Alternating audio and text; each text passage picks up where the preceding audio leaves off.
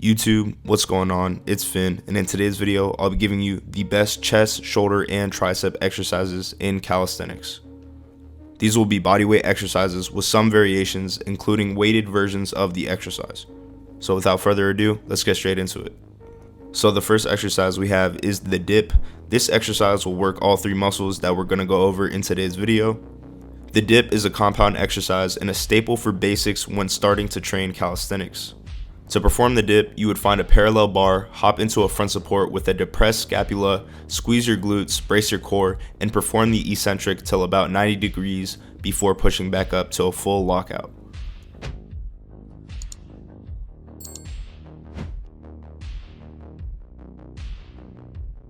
The rep range I recommend for every exercise in this video is going to be 8 to 12 reps to focus on hypertrophy and building muscle.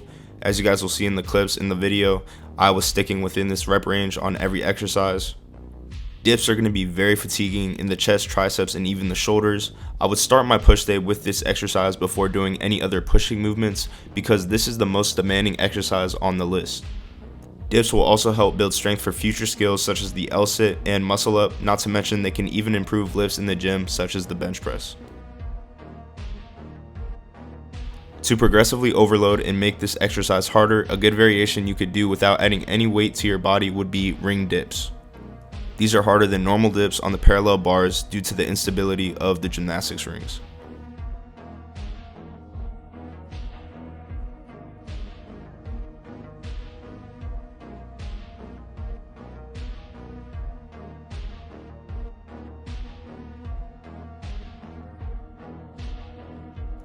Moving on to the weighted variation of this exercise, besides doing dips on the gymnastics rings, a good way to progressively overload dips would be to add weight to yourself. This could be with the use of a weighted vest or a weight belt like I'm doing in the video.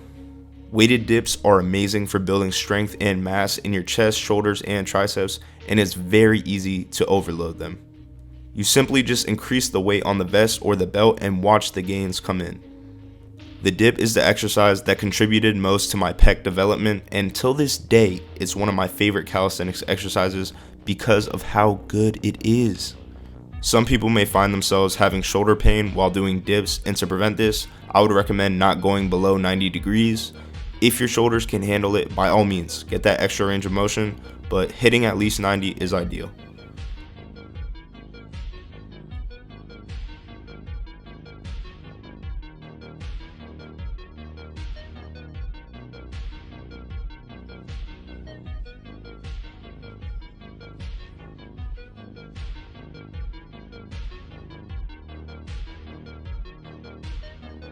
Okay, the next exercise we have on this list is the push-up. Everyone has heard of this exercise in their life, and if you haven't, you probably live under a rock. The push-up is a great exercise for the chest, shoulder, and tricep and can be done anywhere. Unlike the dip, where you might need to find a calisthenics park or a gym with parallel bars, the push-up can be done as long as you have a floor and your body weight.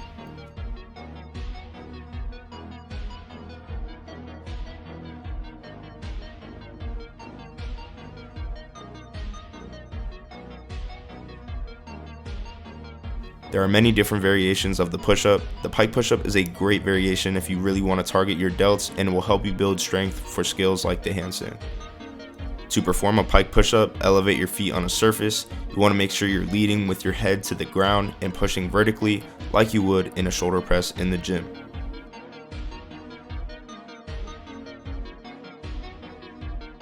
The next variation is the decline push-up.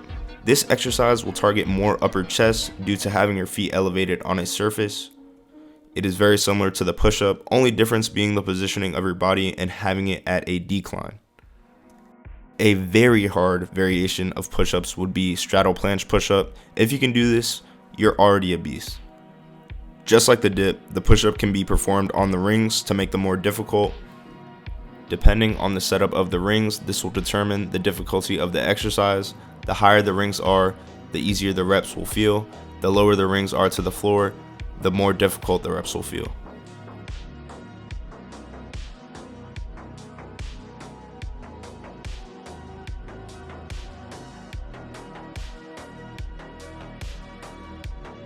Moving on to the weighted variation of the push-up, These can be performed with a weighted vest or having a weight plate on your back.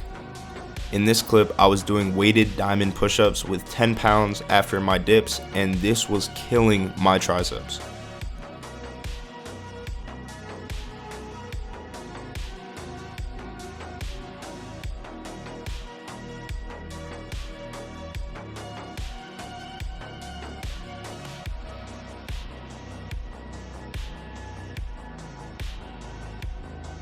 Weighted push-ups will help you get stronger and build more mass in your chest, shoulders, and triceps.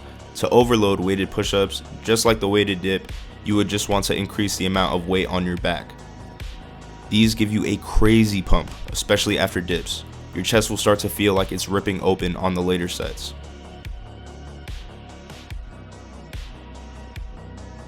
A bonus exercise I threw in is the bodyweight tricep extension.